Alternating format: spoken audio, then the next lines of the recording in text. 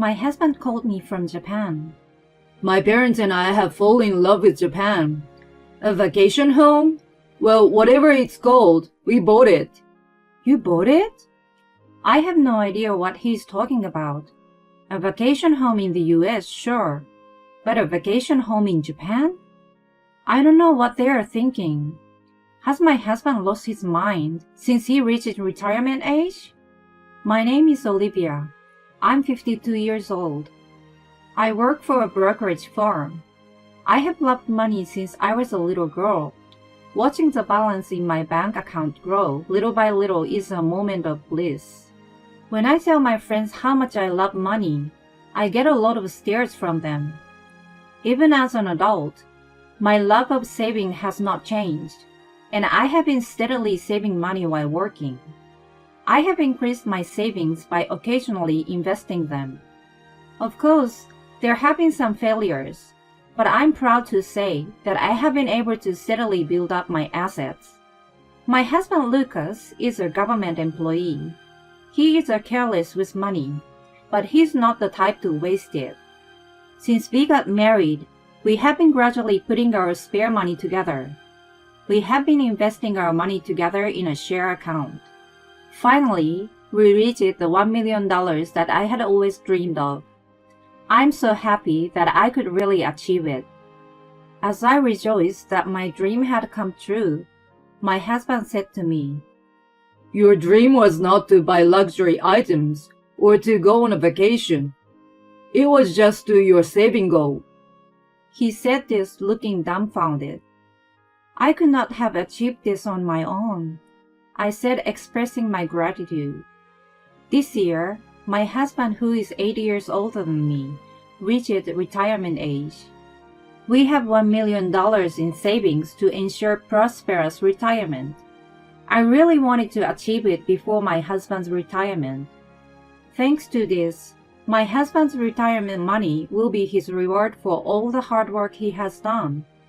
He can spend it as he likes. My husband has worked diligently and hard for many years. From now on, I'd like him to take a little time out of his schedule and challenge himself to do something he hasn't done in the past. My husband was also thinking of taking the plunge and doing a variety of things after retirement. He decided to take his parents on a trip to Japan to repay them for their help in raising our children. That's great. Your parents will be very happy. They helped me a lot when our kids were young.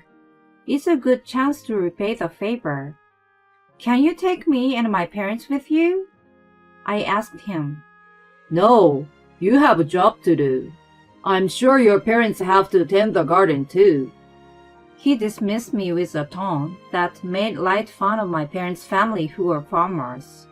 To be honest, my husband doesn't think well of my parents who are farmers in the countryside. It has been like this since the time we got married, so there is nothing I can do about it now. He has always liked to make fun of my own parents. Since my husband refused to take us on the trip, I ended up staying at home. Well, I suddenly have to work, so it was tough to take a 10-day vacation. Unfortunately, I gave up this time. Excluding our honeymoon, this trip to Japan will be my husband's first trip abroad. For my parents-in-law, this would be their first trip abroad. The three of them were so excited right from the preparation stage of the trip.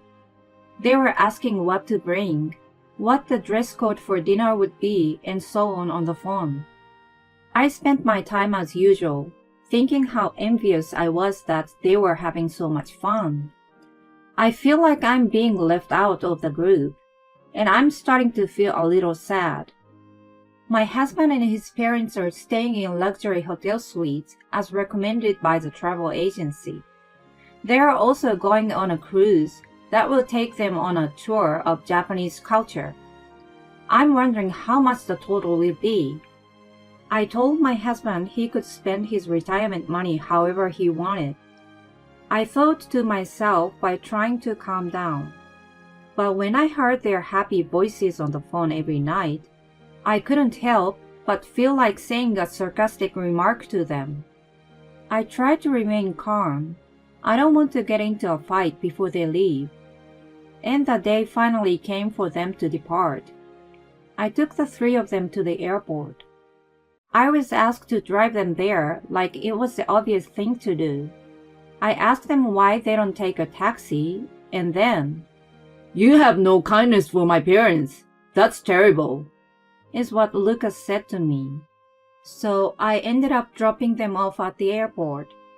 I told them I couldn't take them because I had to work. I was a bit mortified that they would make me take time off work to pick them up and drop them off. On the way there, contrary to the three of them who were excited to leave, I felt more and more alone. My husband did not notice at all. When we arrived at the airport, I helped my parents-in-law with their luggage and check in. Finally, I was able to see them off. I was relieved to think that I would be able to live quietly for a while. They arrived in Japan safely and sent me a happy report with pictures. Their hotel room was luxurious, with a view of Kyoto Daimonji characters in front of it, a living room, and even a dining room. I wonder how much it cost per night. As I was reading the report with some anger, they asked me, "Did you see the pictures? Isn't it a great room?" My husband called me up with pride, so I said, "How much money are you going to spend? Are you getting carried away?" My husband was instantly in a bad mood. "It's my money. I can do what I want. I'm having fun, and you are interrupting it by talking nonsense. Read the atmosphere." He hung up the phone, and I never heard from him again. 10 days later, my husband and in-laws returned home after the trip as planned. I picked them up at the airport. They didn't like the fact that I waited for them in a temporary parking space instead of at the arrival gate. All three of them did not speak at all in the car. What is this? I had to adjust my work schedule to come and pick them up, but this attitude, it makes me angry. I'm not their chauffeur. I drove on, frustrated. When I got home, my husband's complaints started again. "What the hell do you think you're doing? You lowered my spirits during the trip by saying stupid things. You didn't even pick us up properly. Don't get carried away." What? You're the one who is carried away. I did come pick you up. Why do I have to park the car and go to the arrival gate? You're not a child. Don't be ridiculous. I'm just soaking up the feeling of accomplishment after all the work I have done. I'm worried about my future if my wife doesn't have a shred of respect for me. With these words, my husband retreated to his room. What? Why is it my fault? What do you mean, the future? I'm the one who should be worried. I was so angry that I couldn't sleep at night for a while after that, and I couldn't get any work done. So, after 2 weeks of not talking to my husband, he said, "I'm going to Japan tomorrow, so please take me to the airport in the morning." What? Japan? Tomorrow? My husband is leaving for Japan with my in-laws, and I was confused. He had just returned from Japan the other day, and now is going to Japan again. And my in-laws are accompanying him again. I have nothing but questions about my husband's mysterious behavior. And they used me as a driver again. My in-laws did not even say thank you. How in the world am I being treated? I want to go to Japan too, and I want to take my parents with me. From the very beginning of our marriage, my husband has not thought well of my parents who live in the countryside. When he came to my parents' house to meet them, my husband, who grew up in the city, was surprised at how old the house was. On the way home after receiving my family's blessing to marry, he said to me, "I saw your mother's sunburned face. Unbelievable," he said.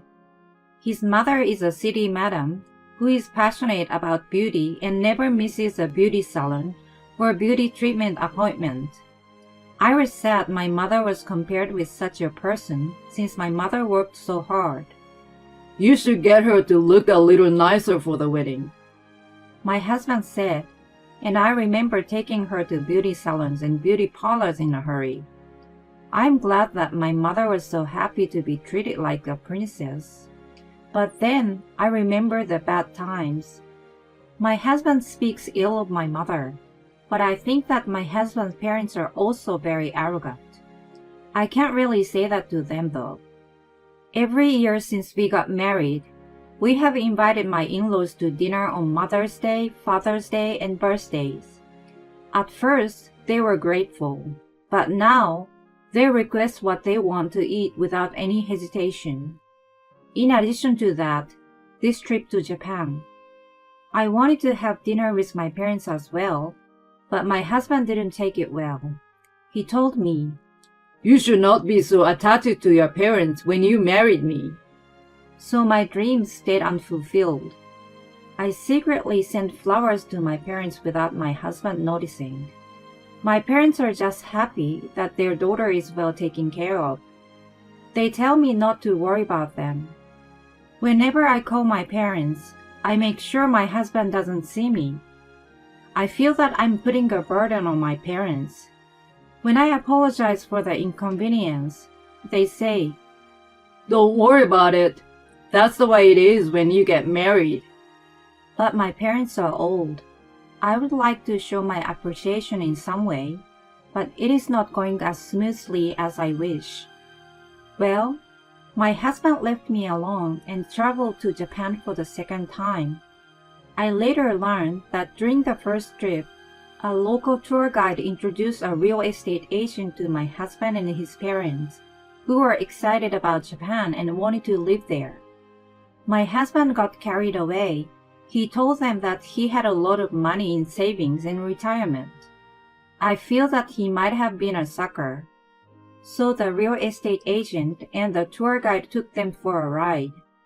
I think he was preparing to buy a property by opening a bank account at the local bank during the trip. Once he was ready, he returned to Japan and transferred the funds from the brokerage firm. I wish he has consulted me at that stage, even if it was just for a few words. It's a matter of hindsight, isn't it? 2 days after he left for Japan for the second time, I received a call from my husband. I didn't think it was a good call from my husband, who left with such an attitude. I answered the phone brusquely. What? What's with your voice? Are you mad at me? Of course I am. What do you want? I'm at work. I need you to transfer some money to the account I'm about to give you. I need 100K urgently. What? 100K? What even is this bank? It's a Japanese bank. The broker's commission for buying the villa was higher than I expected. I was completely overwhelmed by all of this information. I couldn't think of anything else to say. I wonder if elderly people who get scammed by bank transfer scams are like this. At any rate, I thought he might not be able to come home without the money, so I decided to do as my husband said. I tried to follow the procedure as my husband told me, but when I saw the balance in my savings account, my eyes went completely black. Wait a minute!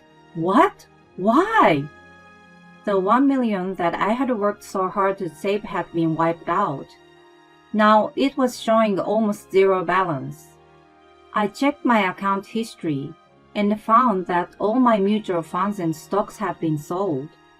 The funds had been transferred to the Japanese bank where I was about to deposit the money. Was my husband temporarily returned to Japan for this procedure? Without consulting me, I will never forgive him for this. They were about to successfully purchase real estate with the money I deposited.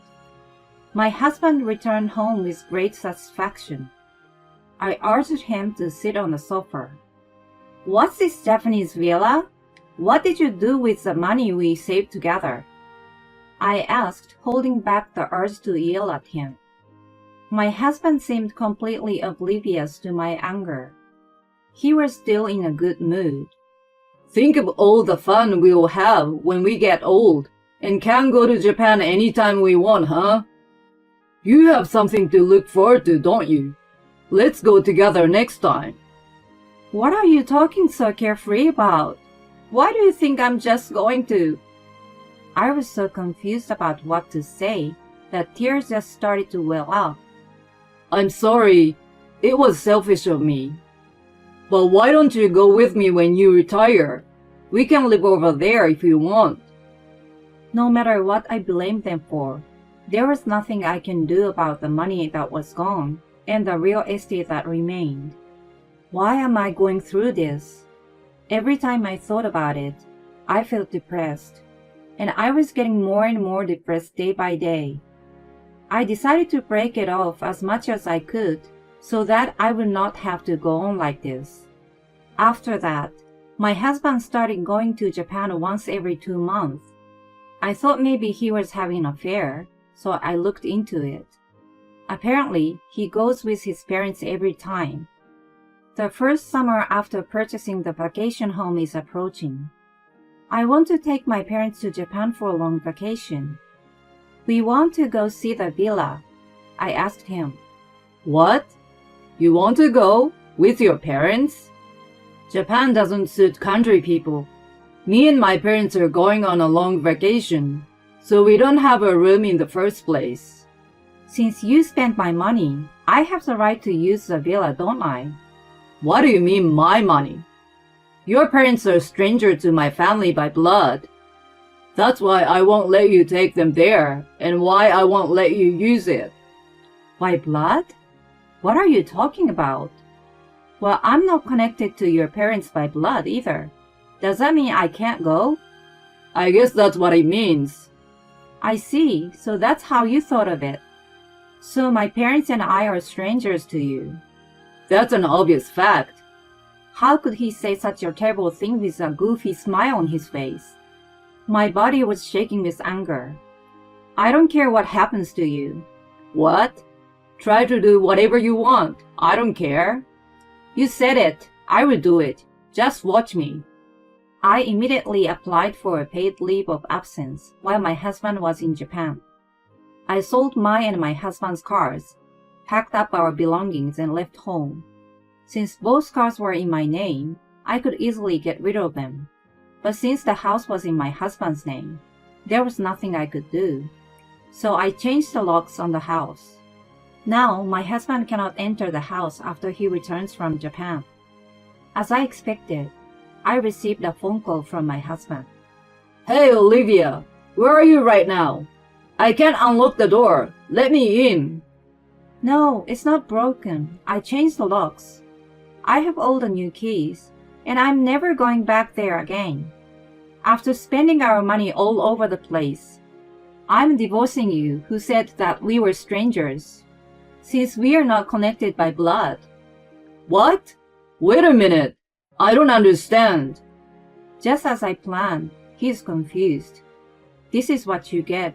It makes me laugh. I'll be contacting you through my lawyer. Don't try to call my personal phone. Goodbye. I hung up the phone, and my husband tried to call me repeatedly, but I ignored him. He couldn't get into the house and had nowhere to go, so he ran to his parents' house. He is a small man to go back to his parents' house at a time like this, instead of going to a hotel or something. This time, my in-laws started calling me, but of course I ignored it. They were too persistent, so I turned off my phone. Later, the lawyer I hired contacted my husband. The content was a declaration of intent to divorce and a request for alimony. The main reason for the divorce was that he had spent most of the $1 million, which was the couple's joint property, without permission. My desired terms are the remaining deposit and the money from the disposal of the house be mine, and alimony is paid to me. My husband did not accept these terms, and we had to go through divorce mediation. Naturally, the mediators were on my side because of the expensive amount of money spent. As a result of the mediation, my husband accepted the divorce and alimony payment. In fact, my husband has reached the retirement age, but he is not yet old enough to receive a pension. He did not even apply for an advance. He was caught off guard because I was still working while his own income had ceased to come in. Did he let his guard down? Or did the fact he had a retirement allowance and a deposit make him too big and too foolish? He had planned to take it easy until the year he received his pension. This was after he had turned down all offers of new employment from his workplace. He lost his savings, his house, and my husband's own possessions were zero. With no job and no income, my husband had to pay alimony to me. My husband seems to have become mentally unstable. He's treated as a burden by his parents, even though they readily accepted his hospitality when he took them out for meals or to Japan. I think it is terrible that they treat him like a burden. But I guess it is like childlike parent. The problem is the Japanese villa though. According to the lawyer, there are quite a few monthly maintenance fees. It has a large floor plan and a shared pool. They need almost $50,000 a month in maintenance fees. Nowadays, the villa is a vacation home that we cannot afford to go. To pay for the upkeep, my 60-year-old husband works day and night at a factory job. Even if he wanted to give up the villa, it would cost a lot of money to go there and to set up an intermediary. It costs a lot of money, so there seems to be no way to get out of it. The debt seems to be mounting little by little. They are getting to the point where they are going to have to let go of the in-laws' house soon. They deserve it, don't they? As for me, most of the money I've saved so far was spent, but to tell the truth, when I had reached my goal of $1 million, I lost sight of some of my goals. I am 8 years younger than my husband and still have a job. Since I divorced my husband and now live alone, my living expenses are much lower and I have more money to invest. I am looking forward to seeing how much I can increase from my current balance to retirement age, combined with the money from the sale of my home. I am going to try my best to buy a small house in Hawaii when I retire. My parents have never been able to travel much because of the farm, and I want them to spend their retirement in Hawaii. I thought they would be happy if I let them spend their retirement in Hawaii. I'm now looking into properties. I have been working all my life, so I would be happy to spend the second half of my life with my parents and me alone.